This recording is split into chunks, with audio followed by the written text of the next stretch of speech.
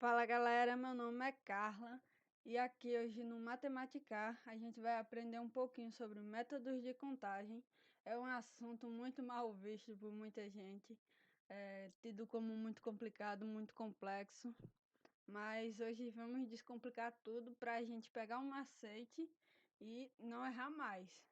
Simbora? Vou ficar aqui no cantinho para não atrapalhar os cálculos, mas simbora. Até minha preparação técnica aqui, ó. Pronto. Agora eu tô preparada. Como eu já falei, vamos falar sobre métodos de contagem. Contagem é um nome bem sugestivo. A gente já dá para ver que isso vem de contar. Isso seria, por exemplo, contar quantas vezes alguma coisa vai acontecer, em quantos casos aquilo acontece. A gente vai ver que existe uma variedade muito grande de exemplos para fazer isso. E problemas de contagem são muitas vezes considerados difíceis, como eu já disse, entre alunos e professores, apesar de as técnicas matemáticas necessárias serem bastante elementares. Essencialmente, o conhecimento das operações aritméticas de soma, subtração, multiplicação e divisão. Ou seja, ao contrário de muitos conteúdos, muitos tópicos da matemática que são vistos como bichos de sete cabeças, assim também como a contagem tem uma base simples. As operações básicas não são funções trigonométricas imensas, questões cujos cálculos dão 3, 4 folhas. Os cálculos normalmente são curtos e, como eu já disse, utilizam as operações básicas, principalmente soma e a multiplicação. Mas o que vem por trás é que contagem é uma questão de organização, de teorias, de saber delegar as decisões, separar tudo em passo a passo e saber qual decisão tomar no momento certo. A partir daí, quando você começa a aprender a fazer isso, tudo fica muito mais simples. Então, continuando, é, o, o conteúdo de contagem não vai ter um assunto muito extenso. Não vai ter uma coisa muito grande, fórmulas. Não, é uma lógica que você só vai aprender na prática. Por isso a gente já vai partir para um exemplo bem bacana aqui. É o nosso exemplo um. O que diz nosso exemplo um? Uma bandeira com a forma abaixo vai ser pintada utilizando duas das cores dadas. Nós temos esse formato de bandeira aqui, uma bandeira retangular com um círculo, mais puxando para o canto direito. Eu acho que na câmera fica ao contrário, mas essa é a minha direita. Estão dispostas para colorir essa bandeira um cinza escuro, um cinza mais claro e o branco. Pronto, a partir daí, acho que ficou tudo claro, deu para a gente perceber direitinho esse enunciado, não ficou dúvidas. Temos esse formato de bandeira, onde vamos utilizar duas dessas três cores para colorir ela. Agora vamos para o primeiro item dessa questão, desse nosso primeiro exemplo. Liste todas as possíveis bandeiras. Quantas são elas? Como eu já disse, para a gente começar, já foi um tópico, um conteúdo até mais simplesinho, não foi? Nesse caso, não é tão difícil assim a gente listar, tanto que a questão pede para a gente entender na lógica por trás. Mas já é para a gente pegar a ideia de que toda questão de contagem, a gente precisa observar a situação. Aqui a gente pode ver que nós vamos ter que tomar decisões. Qual seria a ordem mais prudente de fazer isso? Qual seria a maneira mais correta?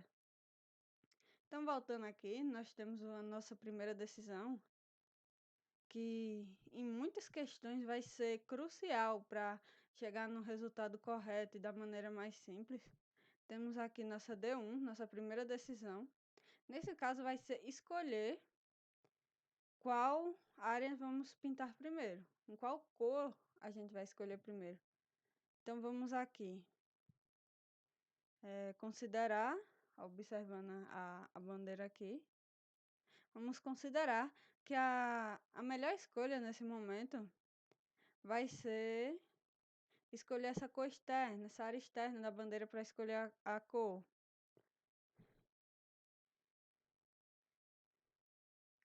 Escolher.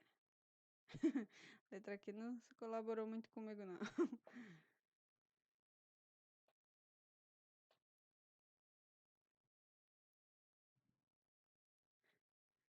Escolher a cor externa.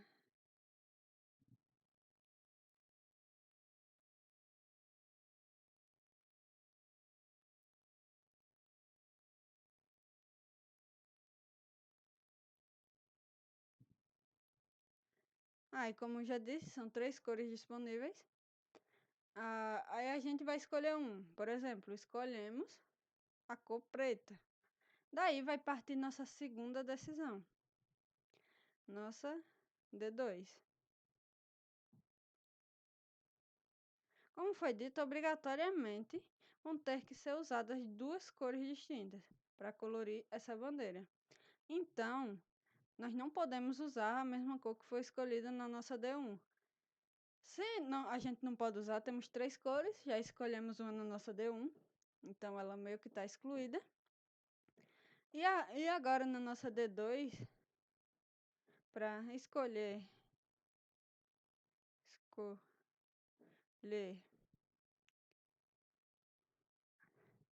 a cor do círculo,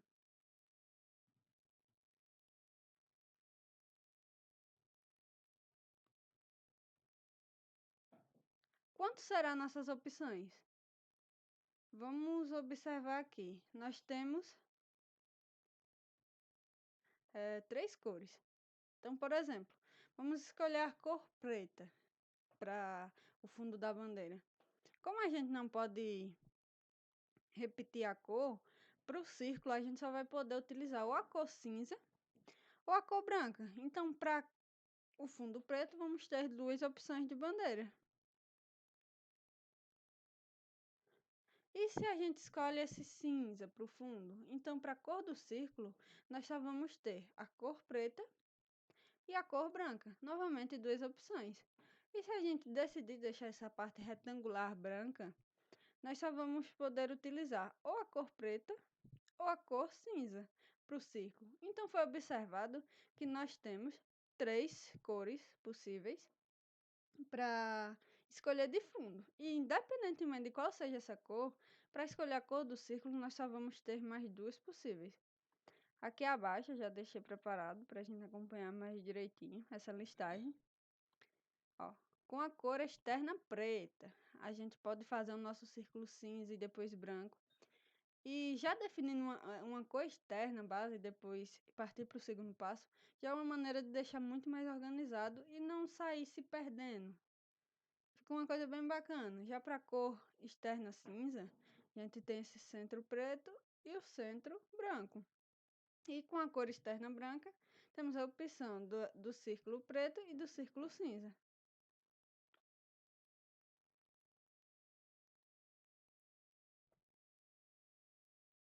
Pronto, agora nós vamos observar o quê?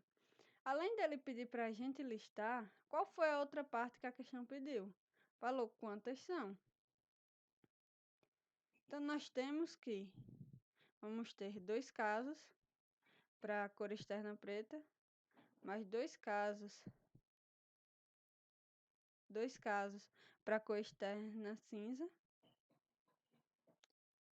mais 2 casos para a cor externa branca, que vai ser um total, que é a mesma coisa que o 2 está se repetindo. Já fiz o 3 aqui. O 2 está se repetindo 3 vezes, não é isso? Então, 2 mais 2 vai ser a mesma coisa que 3 vezes 2, que é um total de 6 bandeiras que a gente vai encontrar aqui.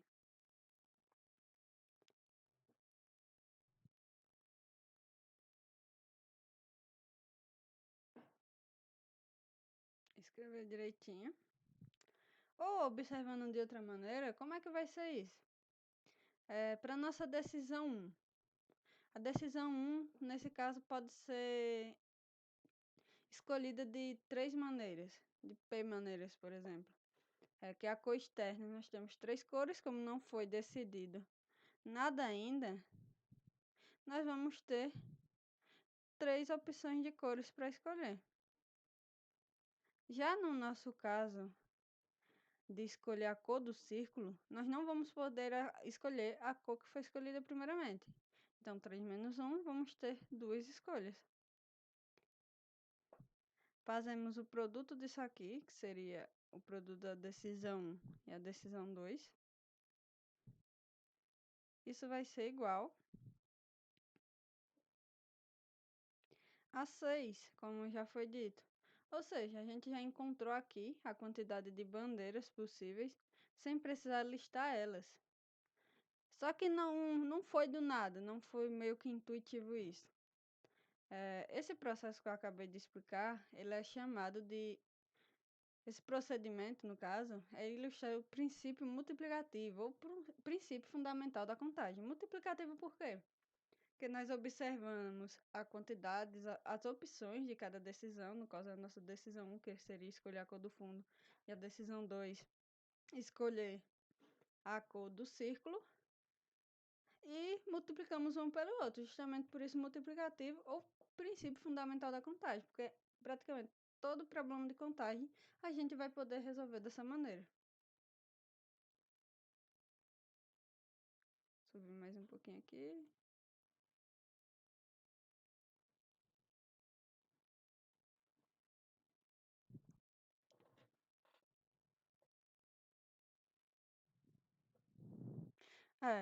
Como a gente já falou um pouquinho, o princípio multiplicativo pode ser ilustrado com o auxílio de uma árvore de enumeração, como da figura a seguir. Já deixei aqui separada a figura, para ficar mais claro. Pronto. O nome dessa figura aqui é árvore. Isso daqui é uma árvore de enumeração, como a gente já disse. Meio que nessa parte aqui é meio que a gente partindo do nada, nós ainda não sabemos o que fazer. Para nossa primeira decisão, nós temos 3 opções: o preto, o cinza e o branco. E para cada uma dessas opções, depois a gente vai ter mais 2, entendeu? Aí, partindo disso, é possível mais facilmente visualizar que são 6 casos possíveis.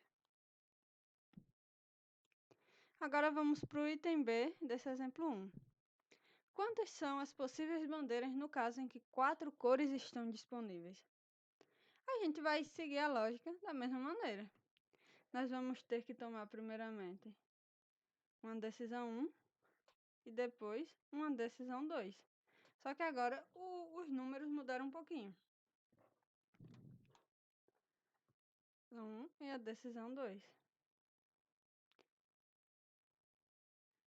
E sempre usando, agora que a gente já aprendeu qual vai ser esse princípio multiplicativo, vamos imaginar aqui. Vamos colocar esse tracinho aqui como sendo a primeira decisão, vezes esse outro tracinho aqui que vai representar a segunda decisão. Agora, inicialmente, nós temos 4 cores possíveis para colorir a mesma bandeira. Então, agora nossa primeira decisão, que é escolher a cor externa, ficou um pouquinho mais simples. Nós temos 4 cores, 4 opções. Então, nossa decisão 1 tem 4 opções, vezes... Agora, a gente, para a cor do círculo, só não podemos escolher a cor que foi usada na região externa. Então, 4 menos 1, 3. Agora, basta efetuar a multiplicação, que a gente vai encontrar que o 4 vezes o 3 é muito simples. Vou entrar assim mais aqui. 4 vezes 3 é 12. Então, a gente descobre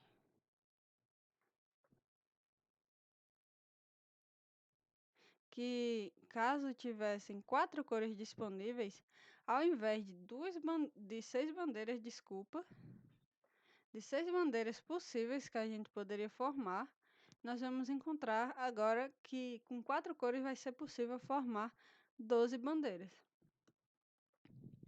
distintas, sempre lembrando que cumprindo essa condição, que seria utilizar 2 cores. Agora vamos para um terceiro Para o exemplo 2, desculpa, que seria exemplo 2. Exemplo 2. Para pintar a bandeira abaixo, há 4 cores disponíveis. Tô até aqui. Para pintar a bandeira de água abaixo, há 4 cores disponíveis. De quantos modos ela pode ser pintada, de modo que as faixas adjacentes tenham cores distintas? Novamente uma questão de bandeira, com um formato diferente dessa vez, com 4 cores disponíveis, mas ela vai ter uma condiçãozinha diferente. São 3 faixas, e a questão pede que faixas adjacentes, faixas vizinhas, não tenham a mesma cor. Então vamos observar aqui, mais uma vez, a gente precisa se planejar e ver qual seria a decisão melhor a ser tomada. Novamente é um problemazinho até simples, então vamos começar pintando de cima para baixo, considerando essa faixa aqui como a primeira faixa, a do meio a segunda, e essa daqui a terceira, certo? Vamos observar que nós temos, nesse caso, 3 decisões para se tomar. Vou fazer 3 barrinhas aqui para decidir, aqui para representar as 3 decisões. Primeiramente, para a gente pintar essa primeira faixa, nós temos 4 cores disponíveis, então temos 4 opções para a nossa decisão 1. Para a nossa segunda faixa, acho que a questão mudou um pouquinho. Nós sabemos que ela não pode ter a mesma cor da primeira faixa. Então serão 4 cores, uma já foi usada, temos 3 opções. 3 opções aqui de cores para a segunda faixa. Ficou parecendo um B, mas é um 3.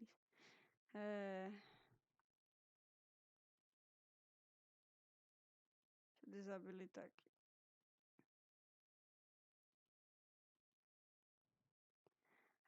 E para agora o pulo do gato, o X da questão, vem nessa última escolha aqui, na nossa decisão 3. Na nossa decisão da última e terceira faixa. Sabemos que primeiramente tinham 4 opções. Para do meio, tinham apenas 3 opções, já que não poderia ser usada a mesma que usou na primeira faixa. Mas e agora? A terceira, será que são 2 opções? Por 2 cores já terem sido usadas? A resposta é não.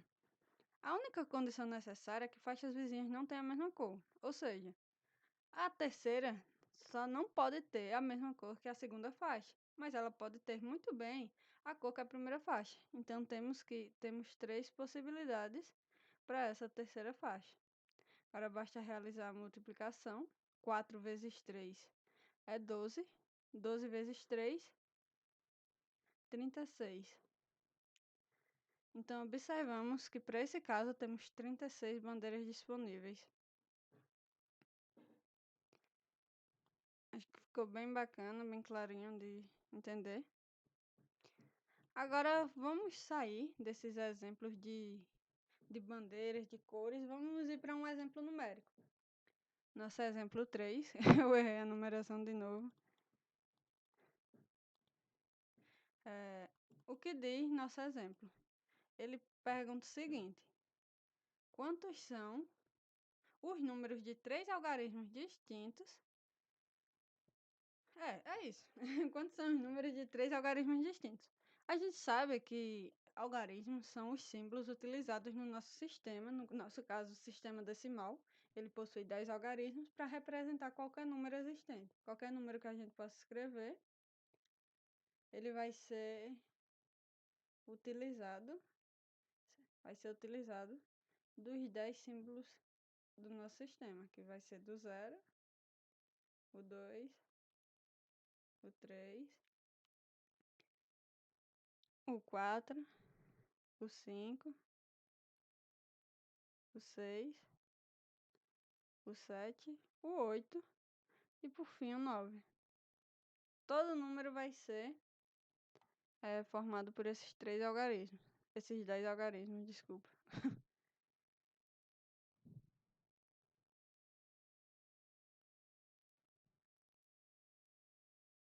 escrever novamente aqui, que alguns deram meio errados.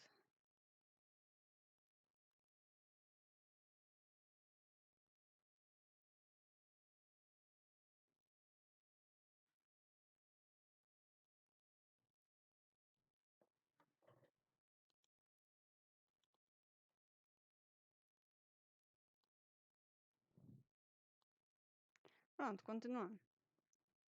Vamos meio que ignorar essa partezinha. Que tá arriscando é tudo agora aqui.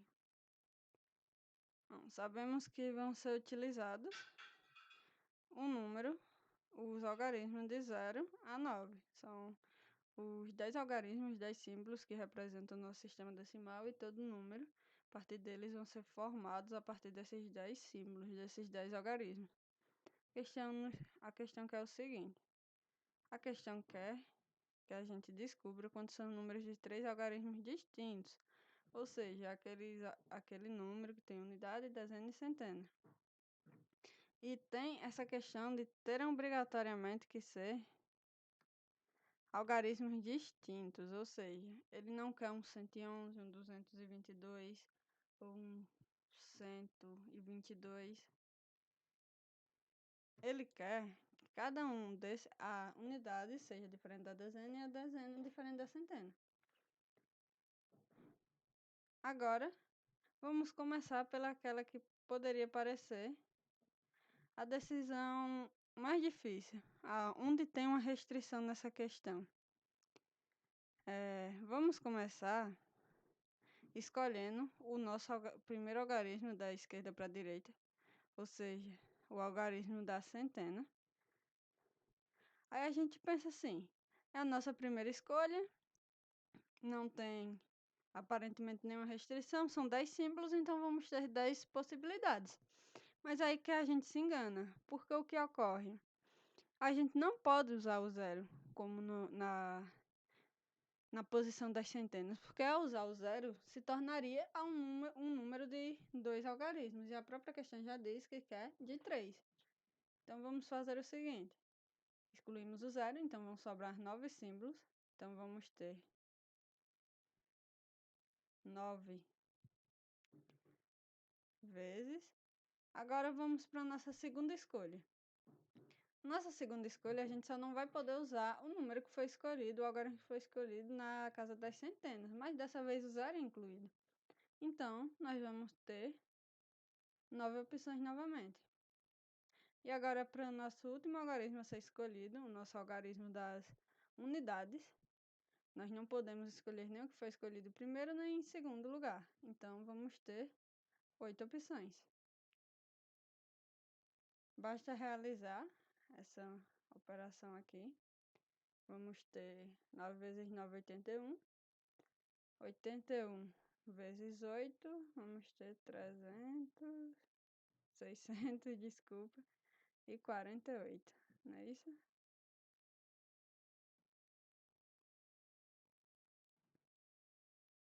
Quarenta e oito. Então, essa é a quantidade de números de 3 algarismos que a gente pode encontrar.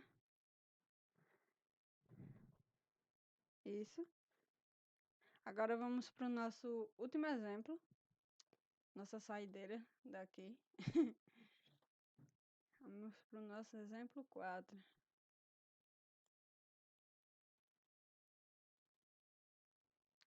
Que 4, mais uma vez eu numerei como um a mais. 4. O código Morse usa duas letras, ponto e traço. E as palavras têm de 1 a 4 letras. Quantas são as palavras do código Morse? Bom, é um código bem característico. Não vai ser uma questão fechada como as anteriores. Por exemplo, a bandeira tinha eram necessários usar 2 ou 3 cores e elas obrigatoriamente seriam usadas. Mas aqui não. Dessa vez a gente encontra um código que tem apenas 2 letras e que as palavras desse código eles podem se separar em 4 partes. São palavras de apenas uma letra, as de 2 letras, as de 3 letras e, por fim, as de 4 letras. Então, nós vamos dividir em casos. Nosso primeiro caso vai ser justamente o caso onde as palavras têm apenas uma letra.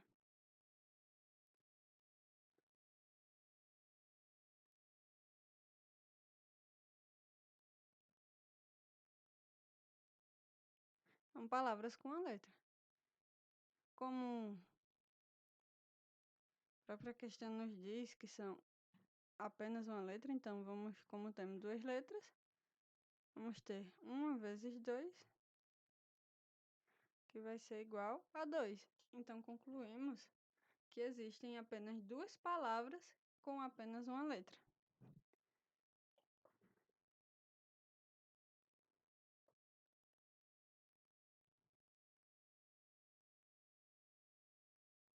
Ele tá com bantinho.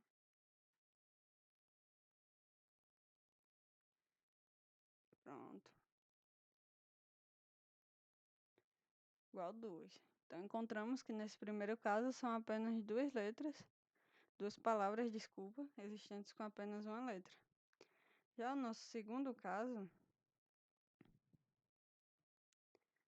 vamos fingir que isso é caso, são as palavras com duas letras. Então nós vamos ter que esse número de palavras vai ser a mesma coisa que 2 vezes 2. 2 vezes 2, como sabemos, é 4. Então, chegamos à conclusão que vão existir 4 palavras de duas letras.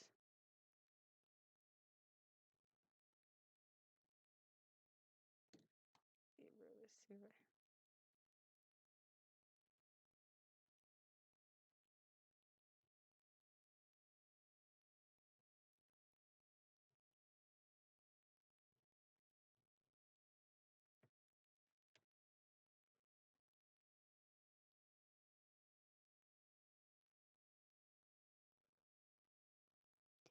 Agora para o nosso terceiro caso,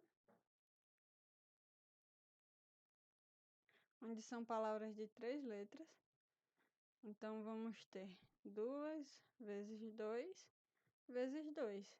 Temos duas opções para escolher a primeira letra, duas opções para escolher a segunda e duas opções para escolher a terceira. Temos, então, 8 palavras de 3 letras. Então, vamos para o nosso quarto e último caso, que vão ser as palavras de 4 letras. Então, vamos ter duas opções para a primeira, duas para a segunda, duas para a terceira e, por fim, duas opções para escolher a quarta letra. Então, vamos ter 2 elevado a 4. Então, é possível chegar à conclusão que teremos, assim, 16 palavras com 4 letras. Só que a questão nos pede o quê? Ela quer quantas são as palavras totais. Então, basta a gente fazer 2 mais 4 mais 8 mais 16. Sabemos que 2 mais 4 é 6, mais 8, 14, 14 mais 16. Vamos ter um total de 30 palavras nesse código Morse. Pronto. E por fim, foi o exemplo de hoje.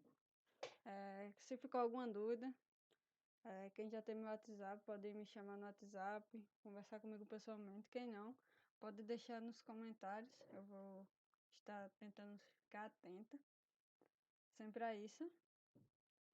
E é isso. Obrigado pela atenção. E espero que tenha sido um conteúdo bacana, um conteúdo para descomplicar. E é isso. Por hoje é só. Até a próxima.